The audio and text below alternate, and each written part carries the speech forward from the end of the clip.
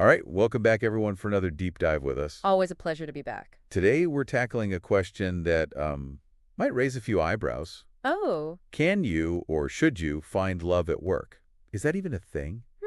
intriguing. We're diving deep into Pasted Text, an article by Ephraim. Ah, yes, Unwigby. Quite the interesting perspective he brings. He's got this really unique background. He's a public author, but also an experienced audit senior manager. The best of both worlds, huh? Numbers and words. Right. And, maybe Valentine's Day has him feeling a little sentimental. Who knows? Maybe. But anyway, his piece got us thinking, can work actually be a viable place to find a romantic partner? What are your initial thoughts on that? Well, it's funny because society often tells us to keep work and romance completely separate. Yeah, don't dip your pen in the company ink, right? Exactly, but Unwigby flips that notion on its head. I mean, think about it. We spend a significant chunk of our lives at work, right? Yeah, like sometimes more than we do at home. Exactly. We collaborate, we face challenges together, we celebrate victories.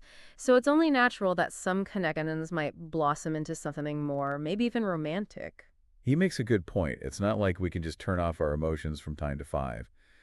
But I will say, from my own experience, navigating relationships at work can be, well, A bit of a minefield. yeah, tricky for sure. Oh, absolutely. And Anoid acknowledges that complexity. But he offers a few strategies, a sort of roadmap to navigate this tricky terrain. And I think they're worth exploring. Yeah, let's dive into those. His first strategy really resonated with me. Start with friendship. Absolutely. It's all about building those genuine connections first. And he really stresses that it shouldn't be some kind of strategic ploy, just networking for romance. Like using people just to get a date. Not cool. Exactly. It's got to be authentic, find common ground, shared interests. Maybe you both bond over that crazy project deadline, or you discover a mutual love for like underwater basket weaving documentaries. Okay, that's specific, but I get it. The point is, those genuine connections, they're the foundation for anything deeper to grow. It makes you wonder, though, why is it so easy to form strong friendships at work? Well, think about it. You're spending hours each day with these people. You're going through similar experiences, sharing struggles and triumphs. It's almost like a shared journey, right? True, true. It's like a little microcosm of life, your workplace. Exactly. And even if romance doesn't spark those strong friendships, they make the whole work experience more enjoyable, wouldn't you say? Oh, 100%. My work BFX, they get me through the day, for sure. Okay, so let's say you've found someone at work and you're, well, interested. What's Unoig's next move? All right, strategy number 2, embrace social events. Ah, the dreaded office party. Well, not necessarily dreaded. Think of it this way. Those informal gatherings, they give you a chance to see your colleagues in a different light. Okay, yeah. You're not just staring at spreadsheets together anymore. Right. You can have more casual conversations, observe how they interact with others, maybe even catch a glimpse of their sense of humor. Interesting. But how do you actually, make a move in those situations? I'd feel so awkward trying to transition from discussing quarterly reports to asking someone else for dinner. It's all about reading the room, taking baby steps, and above all, being respectful. Enrique suggests focusing on building that rapport first. Okay, rapport. Got it. Engage in conversations, show genuine interest, maybe even find opportunities for some one-on-one chats.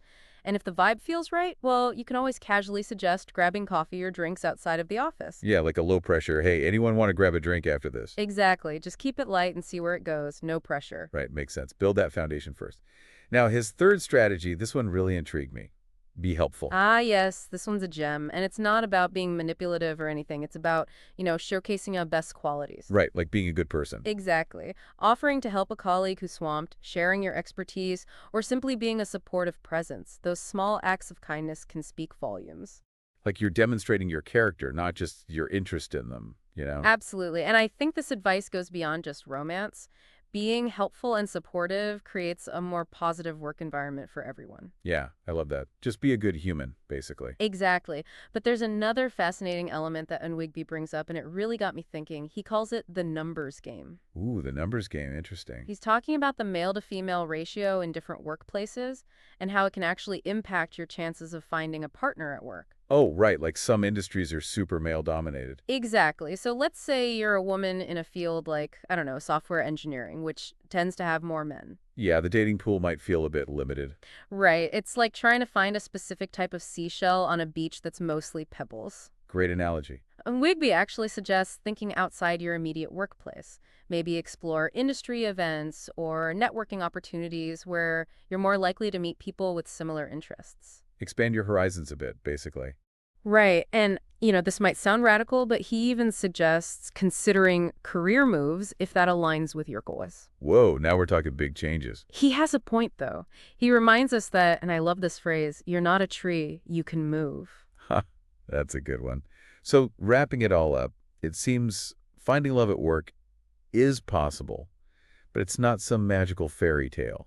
It requires a thoughtful approach, building real connections, and yeah, maybe even some strategic thinking. And I think the most valuable takeaway here is that Aniek's Bay's advice, it applies even if you're not actively looking for romance. Yeah, totally. Cultivating friendships, being helpful, understanding the dynamics of your workplace, these things can truly enrich your overall experience and lead to deeper connections no matter what form they take.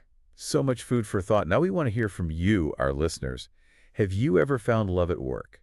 Did Unweek Bay's insights resonate with you? We're all ears.